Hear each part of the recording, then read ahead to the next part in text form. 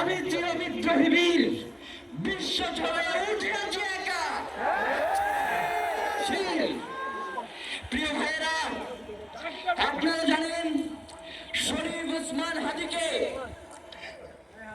এক সপ্তাহ 168 ঘন্টা আগে গুলি করা হয়েছে। এখন পর্যন্ত কি তার খুনিকে গ্রেফতার করা হয়েছে? সরকারের পক্ষ থেকে এখন পর্যন্ত কি খুনিকে গ্রেফতারের ব্যাপারে আপনাদেরকে আশ্বস্ত করা হয়েছে?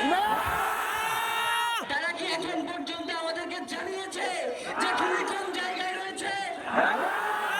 আমরা স্পষ্ট মনে করছি যে এখানে খুনি একজন নয়, এখানে পুরো একটা খুনি। ইনকিলাব মঞ্চ এবং তার পরিবারের পক্ষ থেকে আপনাদেরকে জানিয়ে দিতে চাই, খুনের পরিকল্পনাকারী, খুনের সহায়তাকারী এবং পুরো খুনি চক্রকে বিচারের আওতায় নিয়ে আসতে হবে।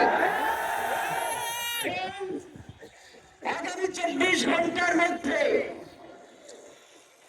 স্বরাষ্ট্র উপদেষ্টা তাদেরকে জনতার সম্মুখে এসে তারা এই খুনের ব্যাপারে আগামী গত এক সপ্তাহ ধরে কি পদক্ষেপ নিয়েছে তা জনসম্মুখে জানাতে হবে।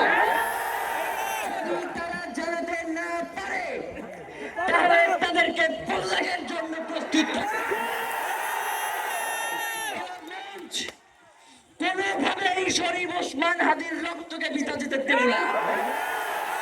ঘোষণা করতে চাই, শরীফ ওসমান হাদির রক্তের মধ্য দিয়ে বাংলাদেশ ইনসাফ কায়েম হবে। বারংবার বলেছেন বাংলাদেশের স্বাধীনতা সার্বভৌমত্ব রক্ষা এবং ইনসাফের লড়াইয়ের জন্য আমাদেরকে যদি জীবন দিয়ে দিতে হয় আমরা জীবন দিয়ে দেব। সুতরাং প্রিয় বন্ধুগণ, আমাদেরকে ইনসাফের লড়াই লড়তেই হবে। আপনারা রাজি আছেন কিনা? সেই সাথে আমরা আরো বলতে চাই, সিভিল মিলিটারি ইন্টেলিজেন্সের মধ্যে ঘাটতি মেরে বসে থাকা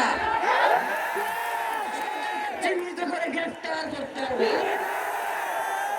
সংগ্রামী বন্ধুগণ, শরীফ ওসমান হাদির পরিবারকে জানানো হয় রাষ্ট্রের পক্ষ থেকে আপনাদেরকে যদি কোনো সুবিধা দরকার হয় আপনারা আমাদেরকে বলবেন। ওসমান হাদির পরিবারকে রাষ্ট্রকে জানাতে চাই, যদি এই রাষ্ট্রকে রক্ষা করতে শরীফ ওসমান হাদির পরিবারের 5 সদস্য তার ভাই এবং বোনদের যদি রক্ত লাগে তারা দেওয়ার জন্য প্রস্তুত রয়েছে।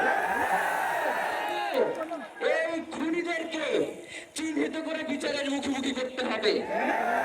আমরা আপনাদেরকে আরেকটা ঘোষণা দিয়ে আজকের বক্তব্য শেষ করতে চাই, ওসমান হাদির নিরাপত্তার জন্যই কোন জায়গা থেকে তার লাশ নিয়ে যাওয়া হবে আমরা জানি না। ওসমান হাদি ভাই কি মৃত? তিনি আমাদের লক্ষ কোটি তরুণের মধ্যে জীবিত হয়ে যাবেন ইনশাআল্লাহ। আপনাদেরকে জানিয়ে দিতে চাই, কোন ধরনের সহিংসতা ছাড়া আমরা যেহেতু ওসমান হাদির লাশকে আমরা জাতীয় কবি কাজী নজরুলের পাশে দাফন করার ব্যবস্থা করতেছি, আপনারা সবাই এই প্রোগ্রাম শেষে জনতা মিছিল নিয়ে শাহবাগে চলে যাবেন। আমরা ওখানে গিয়ে আপনাদের সাথে দাফনের পরে কথা বলবো।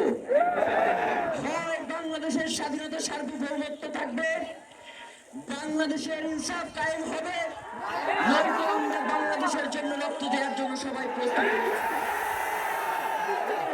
ইনকিলাব মঞ্চ ব্যতীত কারো কোনো প্রোপাগান্ডায় আপনারা কোন ধরনের সহিংসতার পথ বেছে নেবেন না। আমরা ইনকিলাব মঞ্চের পক্ষ থেকে আপনাদেরকে জানাবো কখন কি ব্যবস্থা গ্রহণ করতে হবে।